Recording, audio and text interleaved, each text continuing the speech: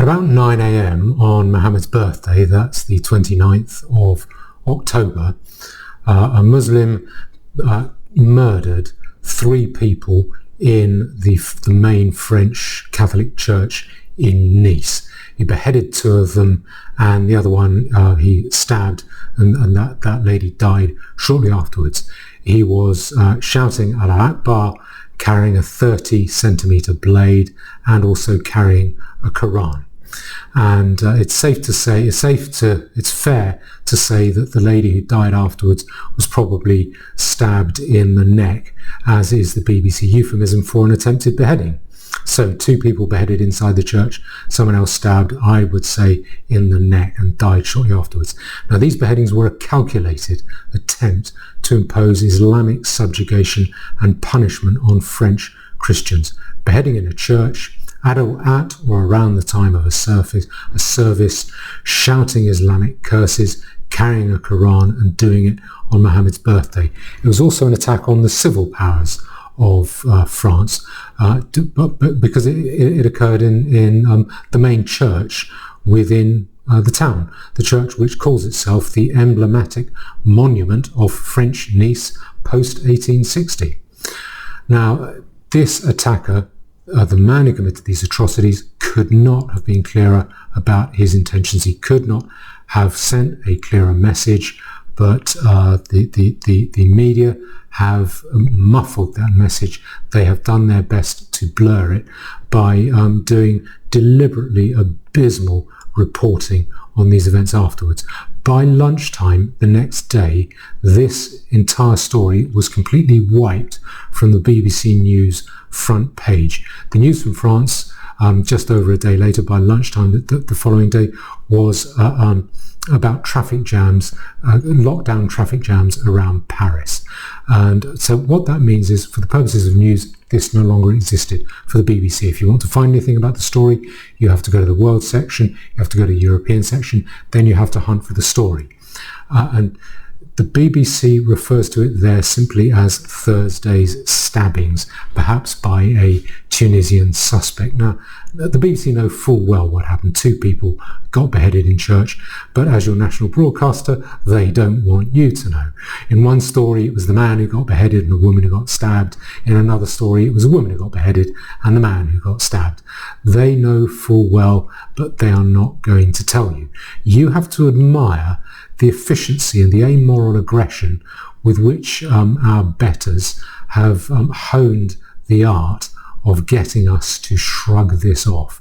That's the political authorities and the cultural, the highly wafted cultural servants. We have gone from murders to tea lights in about a day, without any of the intervening steps. None of the celeb walks, the Facebook filters, the hashtag Je suis, or the groaning out imagined to the sound of some bicycle trail piano. Now, at the same time as the BBC will wipe this from their front page, lunchtime yesterday, London Muslims took it on themselves to hold a decidedly triumphalist demonstration outside the French embassy, holding placards that were pretty uncompromising in their opposition to France and the French state. We will not tolerate disrespect of our beloved prophet. Now, this is one day after 3 people have been murdered, 2 of them beheaded in a church. Islam is the religion of peace and love, not a religion of peace and love, but the religion of peace and love. And the biggest terrorist is Macron, plus the usual bullying, prayer rituals outside the embassy itself. Now, none of this got reported by the BBC, not a bit of it, none of it. Only some general hand-waving about international tensions and Muslim rallies abroad. Muslims hold rallies worldwide as tensions rise. Nothing about the demo in London outside the French embassy.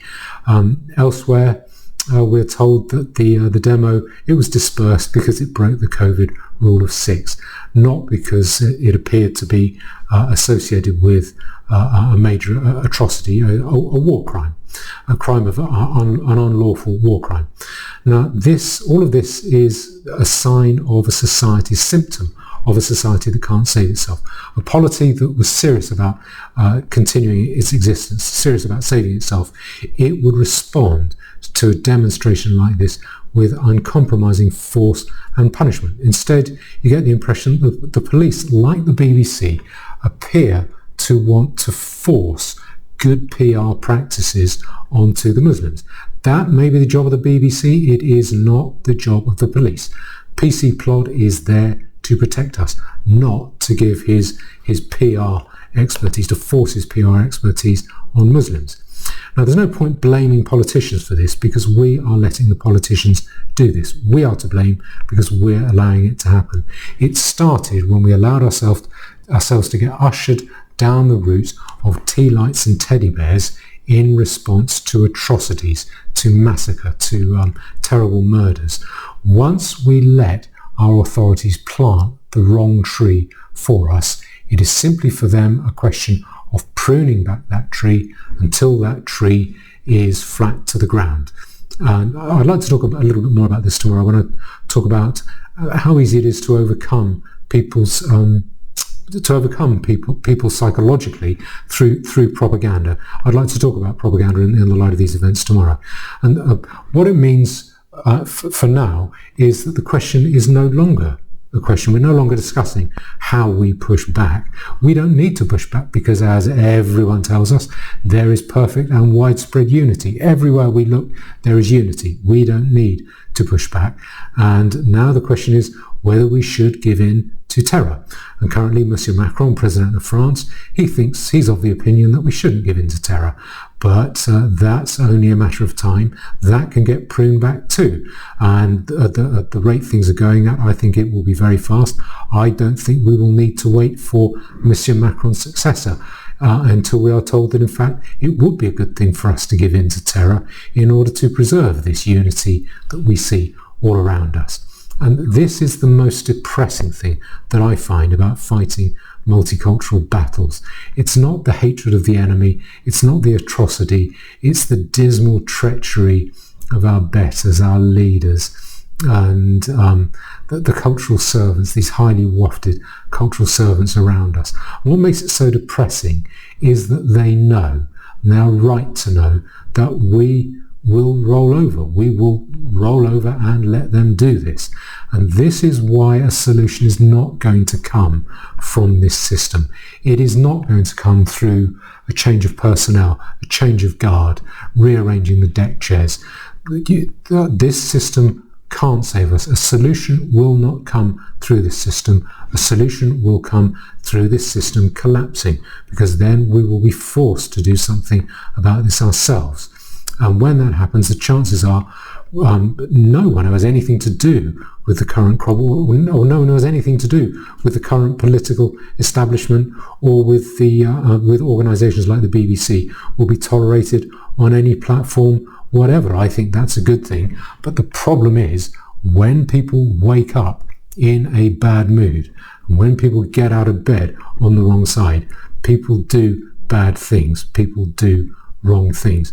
I want to do my bit, to keep doing my bit, to try and reduce that risk and to make things better in the meantime by holding the line, by stopping mosques from getting built, so that when the rupture comes, the problem is smaller, meaning it's easier for us to win. The more easily we can win, then the more humanely we can win. And then after we've won, after we've dealt with the problem, that means we can then retain our self-respect and keep going. Now, if you want to help me do that, your help will be very welcome. I'm afraid I hate to be like everyone else on YouTube, but the only way you really can help is through money, by funding the costs of stopping mosques from getting built. You can't do it by pestering your local authority or by looking on your by looking to find local planning applications. I'm always told that people always come to me too late anyway, and you definitely can't do it by setting up a web page and getting people to object to applications from all over the country, all over the planet. I'm afraid it's simply money. I get roughly, or a bit under 10% of what I would need in order to go after, to resist properly resist every mosque planning application in England. I'd like to be able to go after all of them. If you can help with that, that will be very welcome. The benefit to you from your point of view is it's something practical and effective and beneficial in its own right that you can do now whilst we wait out the long slide into the breakdown.